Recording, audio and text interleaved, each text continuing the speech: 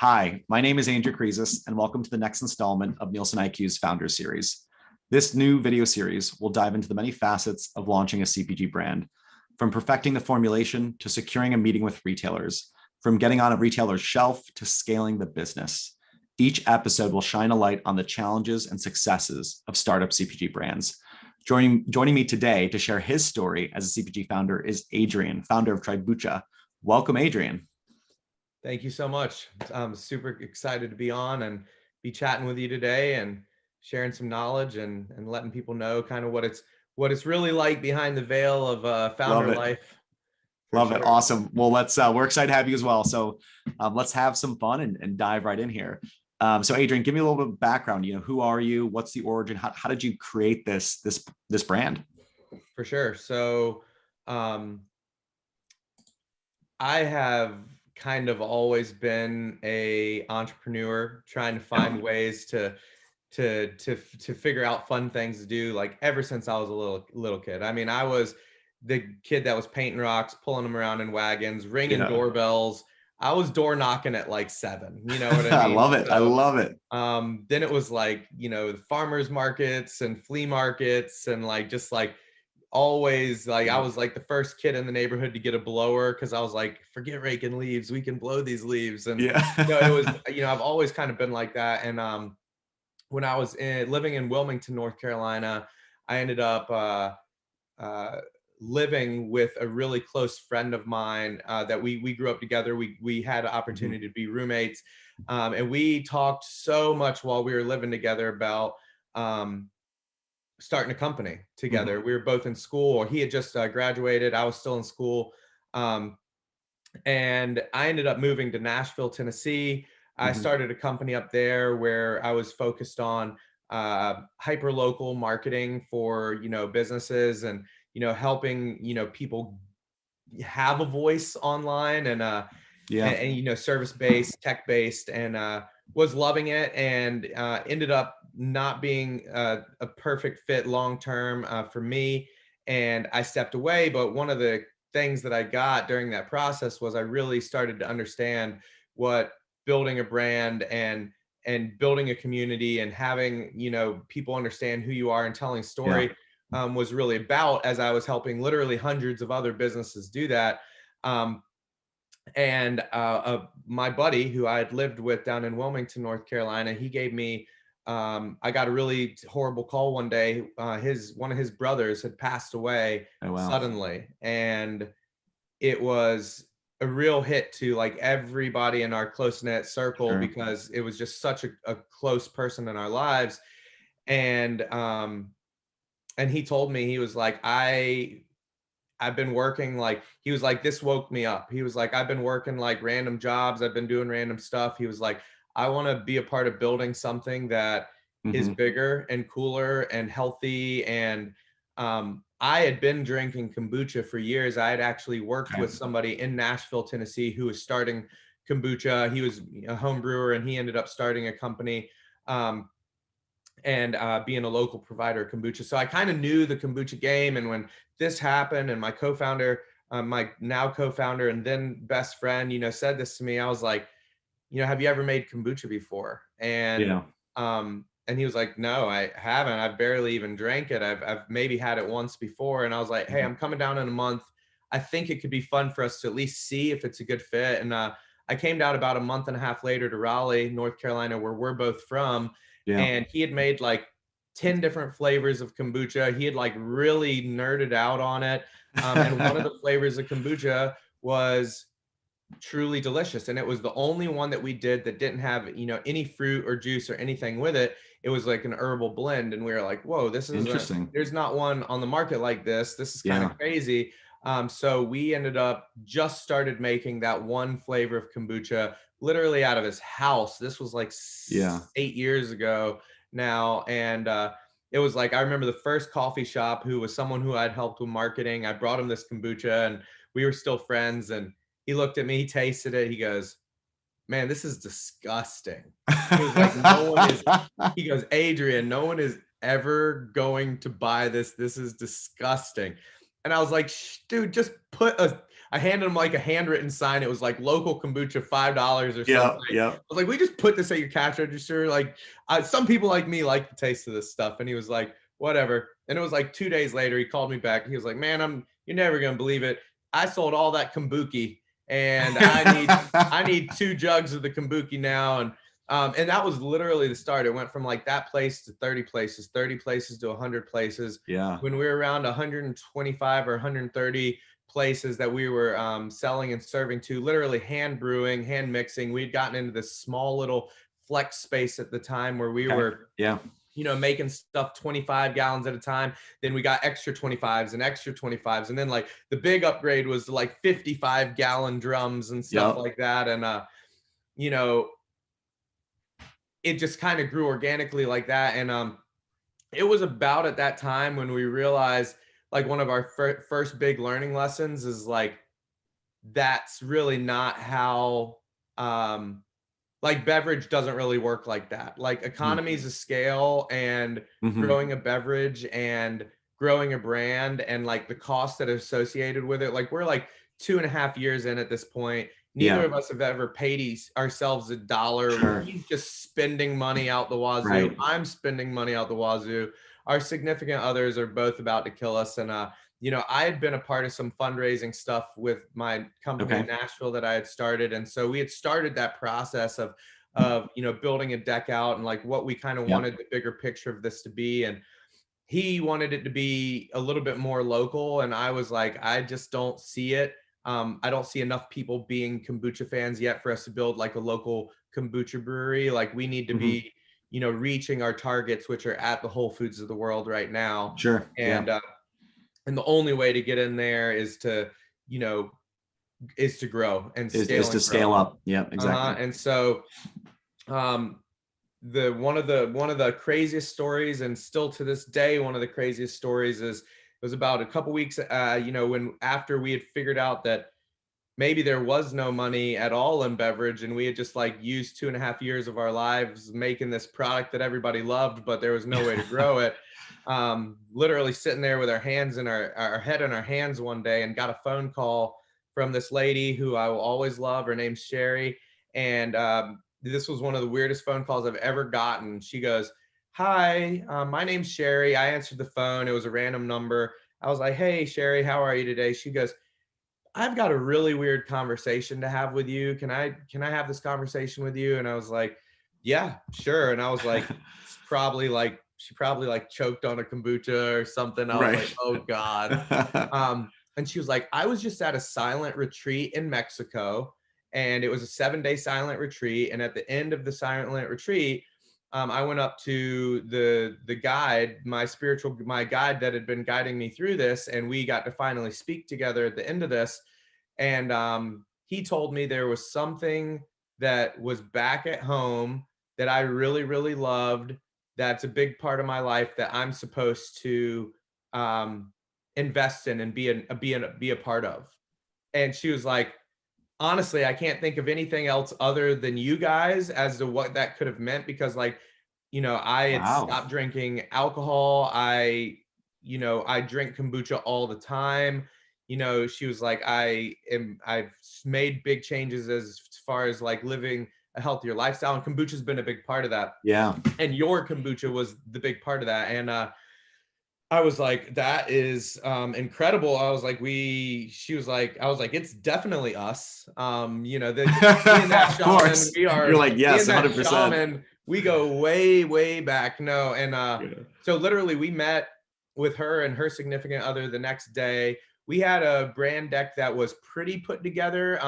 We had been pitching it, but we hadn't gotten any big takers yet on it.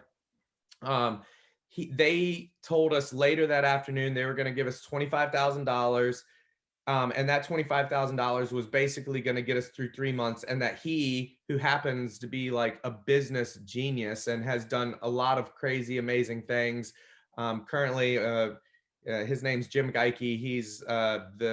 He's our chairman of the board at Tribucha, and has been a part of some amazing products from Burt's Bees to Gaia Herbs, a lot of other cool things that he's been connected to, and a health guru himself. And they gave us the 25 grand, and we went into kind of a deep dive on the pitch deck.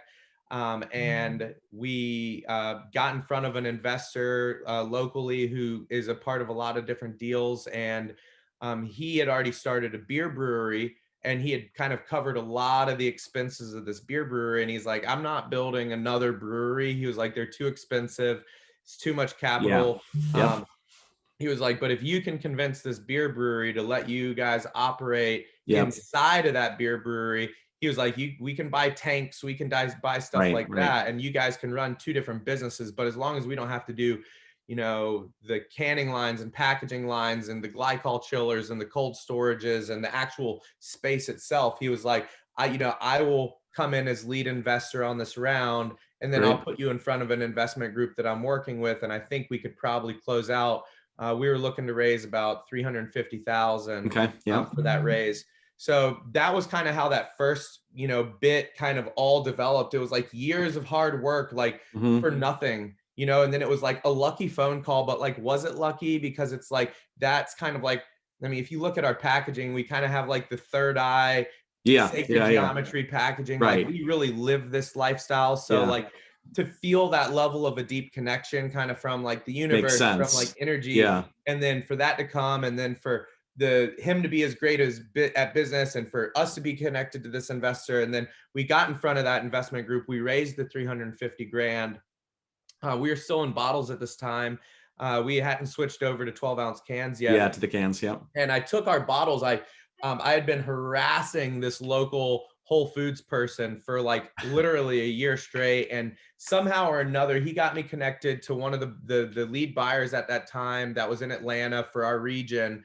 And I took our bottles down there, and I was so excited, man. It was like, I got there, I got the meeting. He tried all the product, and he was just like, man, this is some of the best kombucha I've ever had before. He's like, but I can't bring you in.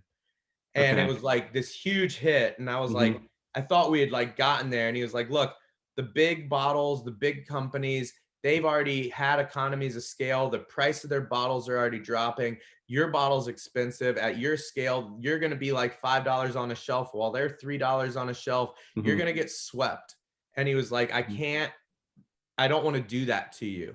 So he's like, I won't bring you in. And I literally, I had my graphic designer at the time do a mock-up of what our kombucha would look like in a can, because the brewery we were moving into, we were going to put a bottler in there, but they had a canning line at the time. So I was like, I wonder what this will look like mock it up. Yeah, let's try it out. And he said that, and I literally reached in my bag.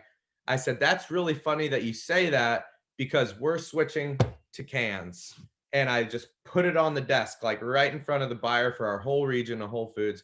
This would have been the first 12-ounce can of kombucha that anybody saw. We were the first 12-ounce can of kombucha on the market. That's amazing. I hadn't even seen one in a can before. I think there was one 16-ounce can that someone on the West Coast was doing. I think it was maybe Kombucha Town or something. And, you know, kudos to those guys. But not a 12-ounce. But never a 12-ounce, and slid it across the desk. And he goes, if you give me that kombucha in that packaging, and honestly, the cans looked like shit in this mock-up too. They were the worst. Like our cans now, like when everybody says like how good our packaging is now. Yeah, like, I loved it when I saw it at Expo. This was as bad as it ever looked, right? But hey, it worked. He was like, I'll give you the whole region if you can get that kombucha into those cans. Awesome. And I walked out with tears in my eyes, and I literally called my co-founder, and I was like, we're switching to cans. And he was just like, what are you talking about? Because he's our brewmaster. He runs the warehouse. I was like, we're switching to cans.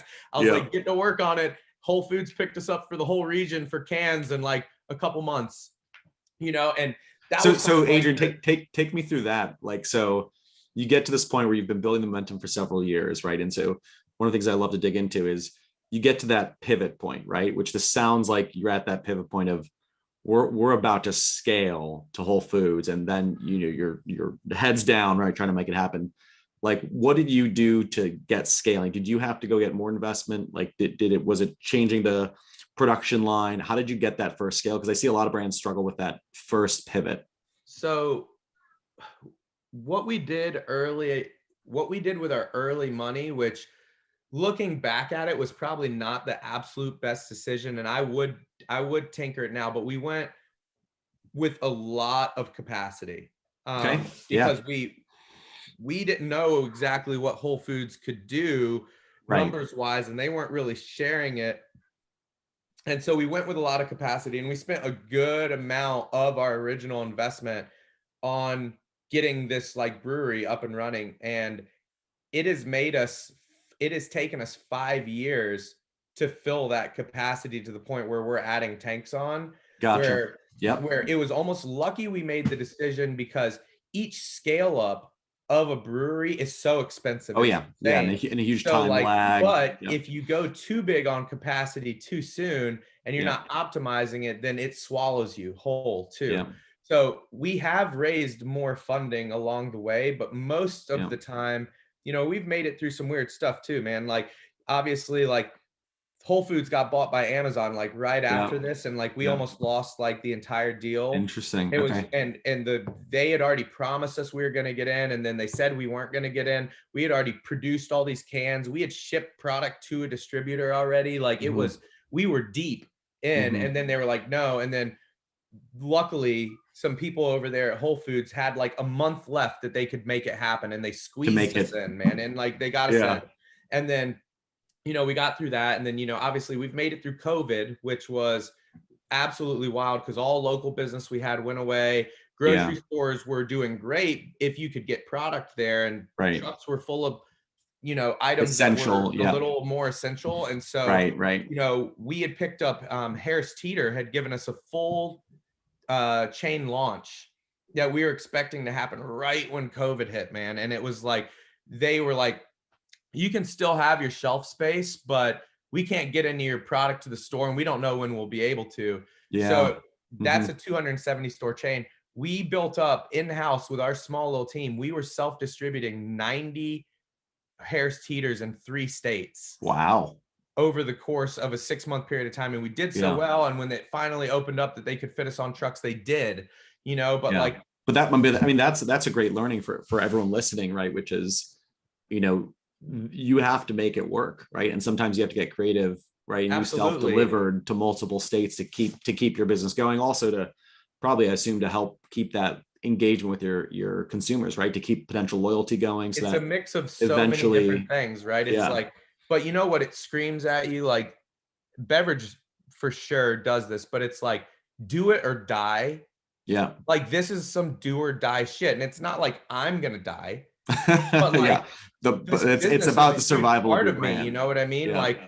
This business is like friends and family and local investors and people that have believed in us, that have put money in, you know, that weight's on your shoulders, and you want to fight through as much as you can. And I mean, there's crazy tough decisions and crazy long hours and like really shitty days that go along with this. And like for anybody that thinks like it's like sunshine and like whatever, you're dancing and there's money falling and you just got your awesome product. It is not. And I mean, like, you know, some companies, you know, they, even after they've been doing, I mean, we launched like 8 years ago, and like if Super B, our new drink that we're doing, like really hits like a big growth spurt, like it's going to be like we're an overnight success. Yeah. But we've been grinding but you've been hustling for a while. Yeah. And people don't understand like what that looks like. So I mean, it's like every time there's been like, okay, we're at that next fundraise, like we're about out of money, but like we're still scaling and growing. Like you have to turn off all that other stuff and you have to go into fundraise mode. Right. You know what I mean? And then it's like telling your story and building a story. And you know, we've just gotten to the phase where we just brought on a CEO at Tribucha 3.5 months ago. And, you know, if he was on here with us right now, he'd be like, I literally stepped into a tornado. You know what I mean? Because it's like there's so many tornado. Yep. Seriously, he like stepped into a tornado and he's just spinning with us. And he's like, you know, trying to, you know, grab hold of things, and we're trying to fix things. And, you know, we work with brokers and merchandisers and demo companies. And like, there's so many people and distributors that have their hands in the pots that are working on it. And, you know, you might look at our 5, you know, we have more than 5 people on our team, but like our 5-man kind of like core exec team, and be like, you know, wow, like how are they getting it all done with those people? But if you really took a snapshot of all the people that talk about our brand, work on our brand, have helped with our brand, it's hundreds of people through dozens of companies right, in that like are engaged on 27 it. states, and that are talking about it and spreading the word about it, and that are like your brand ambassadors, your team. Yeah. And And I think that, Adrian, just double click on that point. I do think that's really important, right? It is the network effect, right? You're not going to be able to hire 100 people within your organization those early days, but it's how you create that network effect. And I do want to jump to a point, Adrian, because you jumped in. It's something that when I was, just for those listening, Adrian and I met at Expo East, had a really good conversation. I was really impressed with some of the innovation. And I think what you would have heard earlier is that, Adrian, you actually helped innovate in the marketplace with the 12-ounce can. Like that's innovation I didn't even know about. But I would love to pivot to your latest product because you just mentioned it, and I would love to share more about that. But I was taken aback by it at Expo East. Tell us more, because I really look at you as truly understanding the consumption, the product, the palate, what goes into the actual chemical reaction, right? And the fermentation process. Can you walk us through, like, how do you innovate? How did you get down that path of your latest innovation? Because some brands struggle to do that, right? They come up with a good product, but they don't take that next pivot and continue to innovate. Well, and I want to be super clear here too, is like kombucha, we're not going to stop making kombucha, and kombucha is its thing. And our new product is not a kombucha, though it is fermented. Right. So here's like, and I'll be able to run through it, is we ended up partnering with a group of fermentation scientists who were working on how do you create new types of foods and beverages that have never been made before through fermentation science. Because every type of food and drink that we love that's fermented, like beer and wine and cider and kimchi and sauerkraut and tempeh and like all of these other fermented things, they were mostly like cheese. I mean, they were all like accidents, right? They were like happy accidents, like Bob Ross would have said, where it's like these things just happened thousands of years ago. It's like it was probably like tea in a bucket, a horse stepped into it, it had yeast on its foot, it like people were like literally dying of thirst, and they like drank this liquid out of a bucket, and then like they had energy for days. You know what I mean? It's like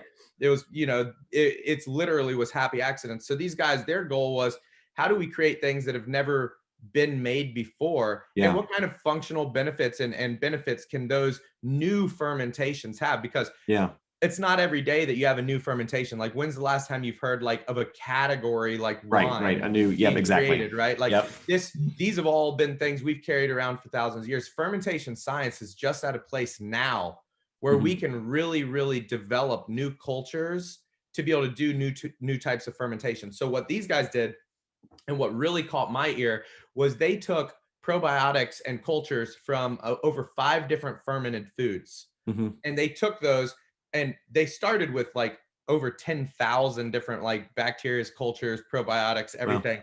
And in their lab, they just combined 5 together, did a fermentation, recorded results, and they just did it hundreds and thousands of times just to see what happened. They ran into this one combination specifically, which is the super culture that we're using right now, that has the ability to do some awesome things. And so like we were talking on the phone, they were telling me about everything there. I was like, well, what have you been able to do so far? And they're like, well, one of the main reasons we're talking to you is we found this one culture that we think can do some really unique things with fermentation. Tell me what you think. And they're like, it can ferment all the way down to 0 sugar and not taste like vinegar. And I was like, knowing what I know about fermentation, right. Well, okay, so it's basically shelf stable then, because the pH is low enough. It's basically no more fermentation can happen, because the fermentation happens because of the sugar. The pH level's low enough that nothing bad can grow in it. And they're like, and you get all the probiotics and cultures from those different fermented foods, plus all the organic enzymes and acids that are created from each one of those, which is what makes those like different fermented foods special, all in one drink. And they were like, it basically is almost flavorless. We can make it taste like almost exactly what you want it to taste like, through like what your ingredients are. Right. And I was like, that's too good to be true. No, that can't be real. So they sent me some samples down. We started doing some, small batch. Like this is like the first time our small tanks from back in the day, you know, came into play again. Yep. Small batch experimenting.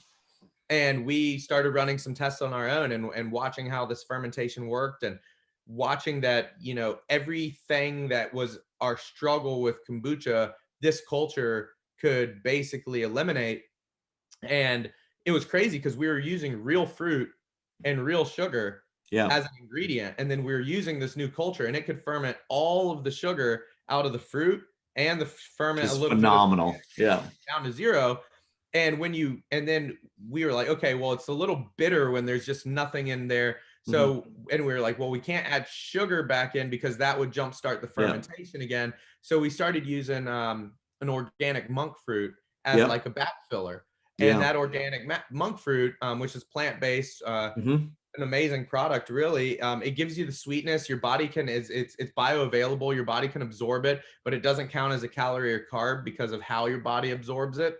And so we could basically like make a blood orange mango that was with real blood orange and mango, not natural flavors, not artificial flavors, not just like concentrates, like blood oranges and mango, like organic powders, and then ferment the sugar out, backfill it with a little bit of monk fruit, and it would taste like it did at first. And then we're like carbonating it and everything. So then we run the test and we realize, wow, we're literally getting probiotic counts from all of these different types of probiotics that are in all these types of fermented foods. And when people really go into like gut health and like the gut biome, it's all about diversity in there, right? Exactly. Just like everything is like, look at a rainforest, look at the ocean, look at everything. It's about biodiversity. It's about like how many of something can you possibly have for it to all work together. And that's the same in your gut. And we've all taken antibiotics. We've all eaten unhealthy diets that have like messed up our gut biomes. And what they're starting to find out is the more types of bacteria that you can introduce that are good bacteria from fermented foods into your diet, the better. So we're like, okay, so you get the most diversity of probiotics, you get like the most diversity of different organic enzymes and acids from these different fermented foods. You get 0 sugar, 0 calories, 0 carbs. It's fully shelf stable. It's no bad bacteria can grow in it because of its low pH level. It's alkalizing for the body. And then we start diving into like all of these other functional benefits that come from the vitamins and the nutrients from the fruits, and how those are being enhanced and made more bioavailable from the fermentation, and like what fermentation does to ingredients on a cellular level. And I was sold. The only thing that I couldn't figure out, and nobody on our team could figure out, is how do you name a new category? Because kombucha is fermented tea. It's not water kefir. It's not kvass. It's not beer. It's its own now super culture category. You know, I don't think that name truly exists yet. We ended up naming the product Super Bee, which was short for well, it spells superb because we think that it's better. So it's like a kind of double play there, but it was Super Bee short for like super beverage. And we got super beverage from the fact that what we're actually using to make this beverage is a super culture. Super culture is when you take cultures and bacteria from a lot of different places and you bring them together to give better enhanced results and function than any of them can do on their own. In super culture. And I truly think at this point, knowing what I know, a decade into fermented foods, fermented science at its peak right now, is that super cultures are the future for fermented foods. Because why are we going to base the things that we eat and drink on happy accidents when you can base the things that you eat and drink on nature plus science? Like not bastardizing it, not ruining it, not stripping it, but using nature, using what already exists and putting it together in a way as they exist in already existing fermented foods. I read something crazy the other day, and I'm going to get these numbers wrong, but it's somewhere in this realm. Is supposedly humans can only taste like 9 flavors, and we can smell 40,000 different smells. And so everything we taste is a mix of those 9 flavors and 40,000 smells, right? And what's crazy is they said that they believe that the only place we'll ever be able to taste more than 9 things again is from fermentation.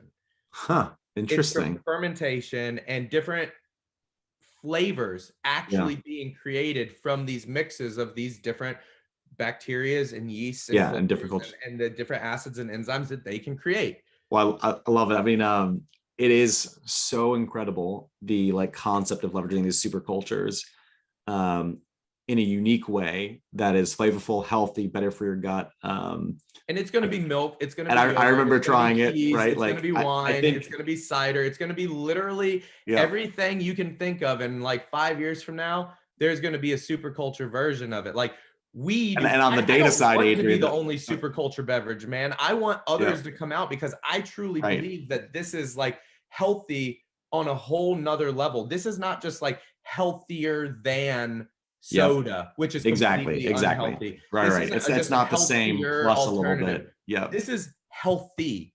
And I think that that's what's so awesome about it, and why so many companies and big companies are already working on it and doing things. We're the first super culture beverage on the market. We're not the last, believe me, and mark my words on that. So like, I think super cultures are hot, and it's the way that it's all going. And, you know, we're super excited to be, you know, this deep in. And actually, I mean, you know, we're in almost 1,000 locations in 9 months. You know, it's growing really fast. It's huge. No, it's I'm excited on the data side, right, Adrian? So part of my job is to help give the visibility to like some of these key, you know, innovations, brands, like what you're doing here. And then also I think it reflects, and we start to pull in some of our consumer data about, you know, consumption. Loyalty is really important. People want these products, want healthier ingredients. So on the data side, it's going to be fun to help code this whole new category, right? It's like, it's not a beer, it's not a kombucha, it's not. And so it's almost giving the visibility and the light to it. Adrian, you know, awesome conversation. I want to leave with just one last question, then we'll have to wrap up. Cool. I'm so passionate about what you're doing. Again, saw it on Expo East Florida, tasted it, was amazing, and just love the kind of the mission of the super culture side of it as well. What's one last piece of advice you'd give to, you know, a founder who might be listening to this video series? Like, what's one piece of advice you'd want to leave that audience with? I would say that whether you win or lose, building something that you love, it is actually the experience and the knowledge and the people and the relationships that you meet along the way that can carry you forward to make sure that you win every time. It might not always be the first thing that you think is the thing. Keep your eyes open, keep your ears open, keep your heart, your mind, your consciousness open, and try to make the best thing that you can.